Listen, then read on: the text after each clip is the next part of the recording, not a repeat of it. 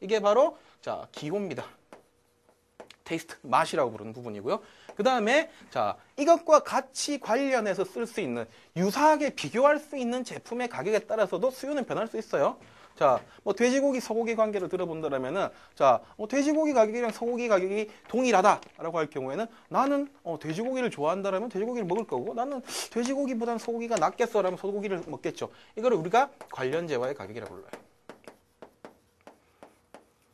화의 가격. 자, 수요 곡선을 변동시키는 그 수요와 공급 관계에서 수요 곡선을 변동시키는 요인이 가격, 소득, 기호, 관련제와의 가격이다라는 이 네 가지는 반드시 암기를 하셔야 돼요. 이해를 조금 하고 계셔야 됩니다. 그리고 자, 이 가격이라는 요소는 곡선 내 이동의 역할을 담당한다. 가격이라는 게 이런 식으로 움직이고요. 가격이 움직이는 방식이고요.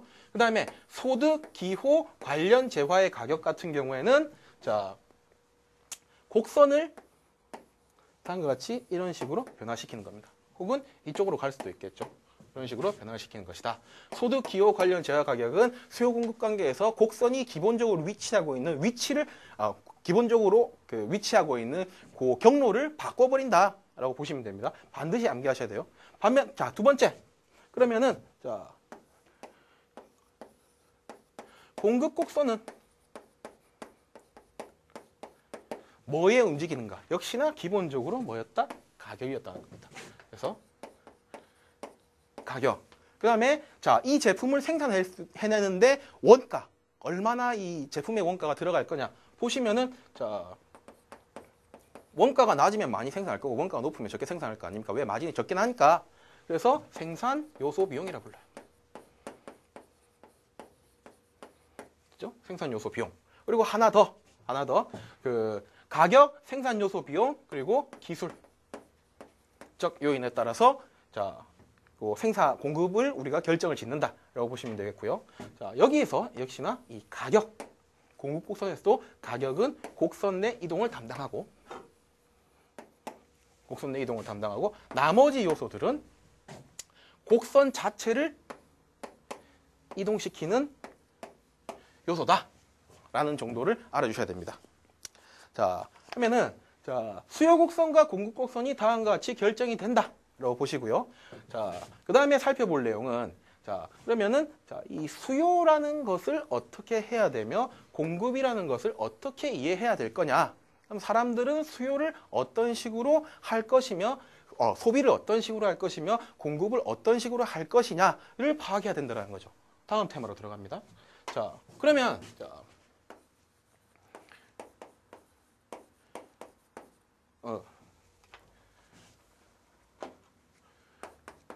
수요의 파악을 어떻게 할 것이냐 한번 생각해 봅시다. 어떻게 파악을 할 거냐? 어려워요. 자, 그런데 자, 수요를 파악하기 위해서는 우리가 그 내용들을 다 알아야 되니까 힘든데 자, 쉽게 하기 위해서 경제학자들이 하나의 개념을 고안해냈어요. 이걸 우리가 자, 탄력성이라 불러요.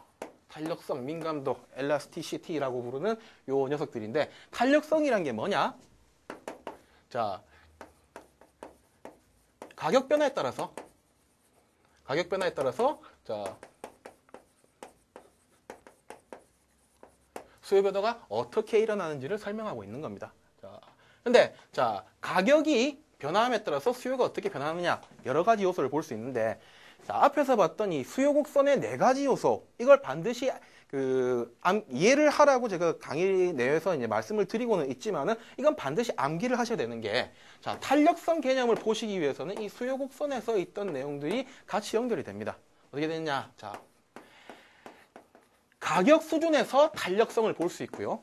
그 다음에 소득 수준에서 탄력성을 볼 수 있어요.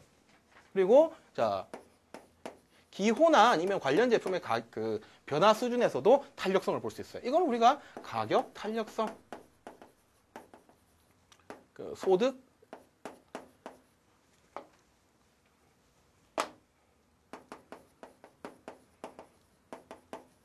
탄력성, 그리고 기호 탄력성이라 부르지 않고요. 우리가 교차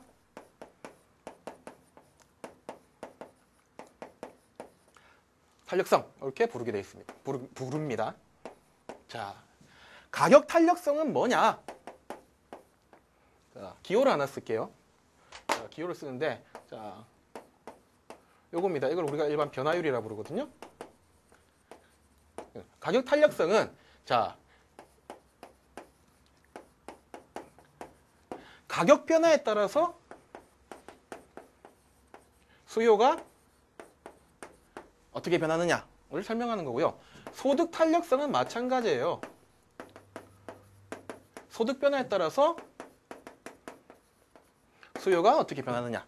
그리고 교차 탄력성은 자, 관련되어 있는 그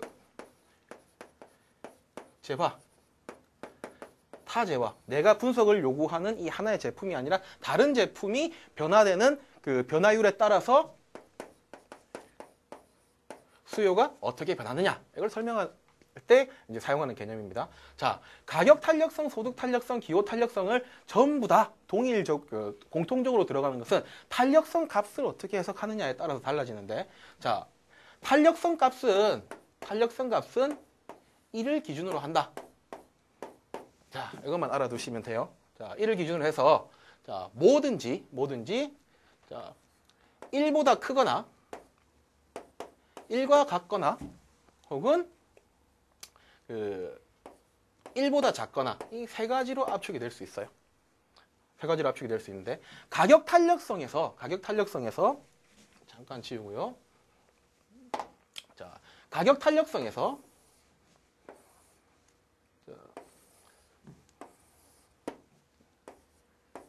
1보다 클 때, 그리고 1보다 작을 때 가격 탄력성이라는 요소에서 본다면은, 자, 1보다 클 때는 우리가 탄력적이라고 부른다.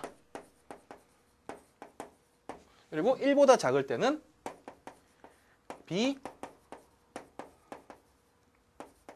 비탄력적이라고 불러요. 무슨 말이냐? 자, 1보다 크다라면요. 자, 가격을 변화시키면 수요가 널뛰게 한다라는 거예요. 그래서 민감하게 얌체공이라고 하나요? 요 공을 탁 튀면은 공이 살짝 힘을 주더라도 힘 준 요 위치보다도 더 튀어오른다는 겁니다. 이게 탄력적이라는 거예요. 그래서 탄력적이라고 부르고요. 1보다 크다.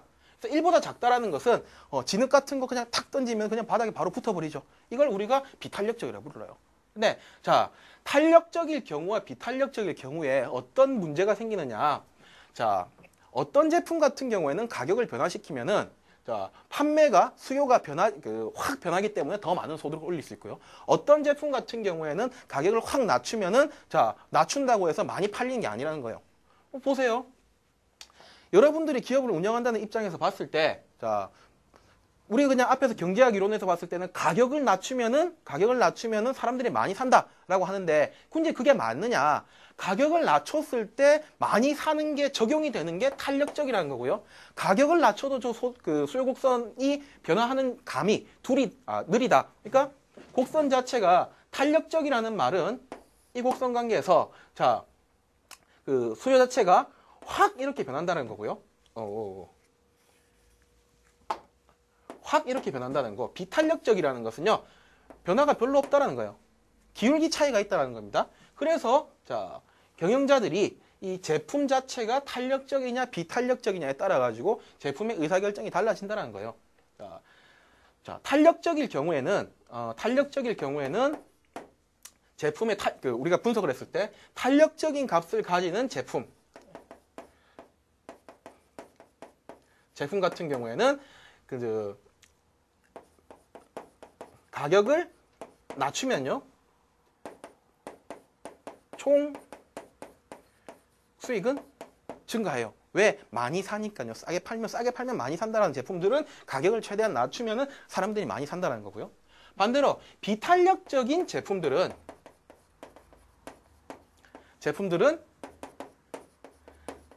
가격을 낮추면은 총 수익은 같이 줄어들어요.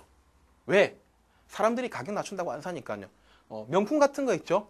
명품이 500만 원짜리 가방이 있는데 500만 원짜리 가방을 한시적으로 세일해서 50만 원에 이제부터 우리는 명품을 집어 던지고 여러분들에게 대중적인 입장으로 찾아뵙겠습니다 하고 가격을 갑자기 500만 원에서 5만 원으로 내려봐요. 그럼 그 순간부터 그 사람들이 그걸 우리 받아들인 입장에서 이건 명품이냐? 아니죠. 그냥 시장에서 파는 가방이랑 똑같아요. 그러다 보면 안 살 거 아니에요.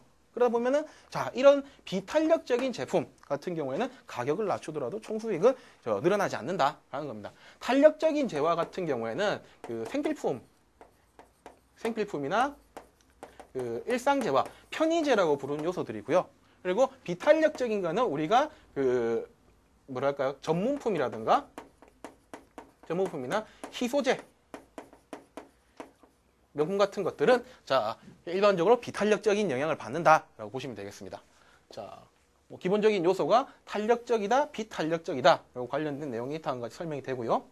그 다음에 소득 탄력성 관점에서는 어떻게 되느냐? 소득 탄력적 관점에서 자 소득 탄력적 관점에서 소득이 늘어나면은 그 수요도 확 늘어난다. 이런 것들이 있을 수 있죠. 나는 원래 자 100개를 먹고 싶은데 100개를 갖고 싶은데 돈이 없어서 50개밖에 못 산다. 근데 자 내 소득이 100으로 늘어났다. 그럼 난 100개 다 살 거야. 이런 것들이 있을 겁니다. 이걸 우리가 자 우등재화라고 부릅니다.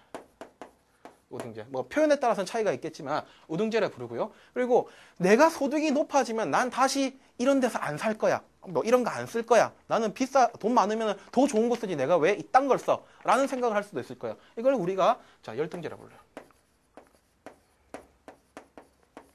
자 이렇게 부르고요. 우등재를 뭐 정상재라고 부르는 분들도 있는데 그냥 우등재와 열등재라고 구분을 하겠습니다. 자 이렇게 탄력성에 따라서 우등재와 열등재로 구분이 될 수 있고요. 자 그 다음에 교차 탄력성입니다. 교차 탄력성은요, 다른 제품들을 보는 거예요. 다른 제품들. 자, 다른 제품의 수요가 어떻게 변화하느냐에 따라서, 다른 재화의 수요가 어떻게 변화하느냐에 따라 가지고, 내가 가지고 있는 제품, 내가 분석하려는 제품의 수요가 어떻게 변하느냐. 탄력적인 경우에는 우리가 보완제라고 불러요. 자, 보완제라는 건 그냥 차와 휘발유라고 생각하시면 돼요. 자, 기름값이 싸지면은 우리가 차를 더 많이 타고 다닐 거 아닙니까? 이게 바로 보완제입니다. 기름값이 비싸지면 당연히 차를 별로 안 탈 거고 차 수요가 줄어들겠죠. 그게 바로 보완제라는 개념입니다. 그리고 아예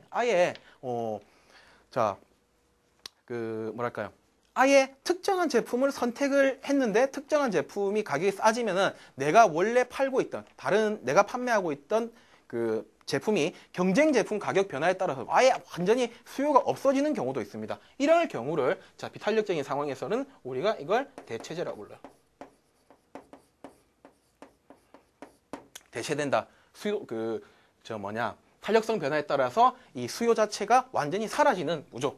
그러니까 뭐 돼지고기와 소고기 관계를 보시면 돼요. 돼지고기가 일반적으로 쌌는데 자 그리고 그 돼지고기가 싸고 소고기가 비싸다. 이게 정석이죠. 그런데 돼지고기 가격이 갑자기 확 올라가니까 소고기랑 비등비등해진다. 그럼 난 이제부터 돼지고기 안 먹어. 뉴스에서 보니까 돼지고기 같은 경우는 뭐 별로 안 좋은데 대신에 뭐 소고기 같은 경우는 몸에 좋더라. 이런 얘기가 나온다라면 돼지고기 대신에 소고기로 바로 갈아타 버리겠죠. 이걸 우리가 대체제라고 불러요. 기본적으로 수요 파악과 관련돼서는 그 미시경제에 나와 있는 이 요소들이 탄력성이라는 개념으로 연결이 되고요. 탄력성 개념에 따라서 자 1보다 크거나 1보다 작다에 따라서 탄력적, 비탄력적, 그리고 소득에 따라서 우등재, 열등재, 그리고 다른 제품의 가격 변화에 따라서 내 제품의 수요가 변동하는 것을 우리가 보완제가 대체제라고 부른다. 요 관계를 잘 알아두시면 됩니다. 실제로는 다른 책이나 이런 데 정리되어 있기로는 재화를 총수입에 대해서 이렇게 막 매트릭스로 이렇게 막 구분해가지고 TR이 어떻고 탄력성이 1보다 어떻고 이런 식으로 구분을 하는데 기본적으로 1보다 크다, 1보다 작다에 따라서 그 구분이 된다라고 파악을 하시면 되겠습니다. 자, 그리고 자 마지막으로 한번 살펴볼 것이 바로 공급과 관련된 내용입니다. 자, 수요는 봤어요. 수요는 봤고요. 자, 이 공급은 어떻게 변하느냐?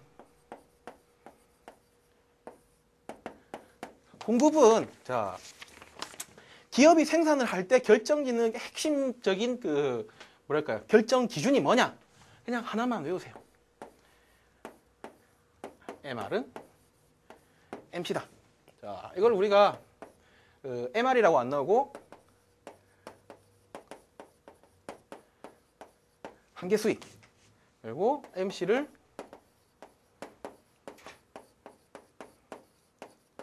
한계 비용이라 불러요. 기업은 언제까지 생산을 한다? 한계 수익과 한계 비용이 동일해지는 지점까지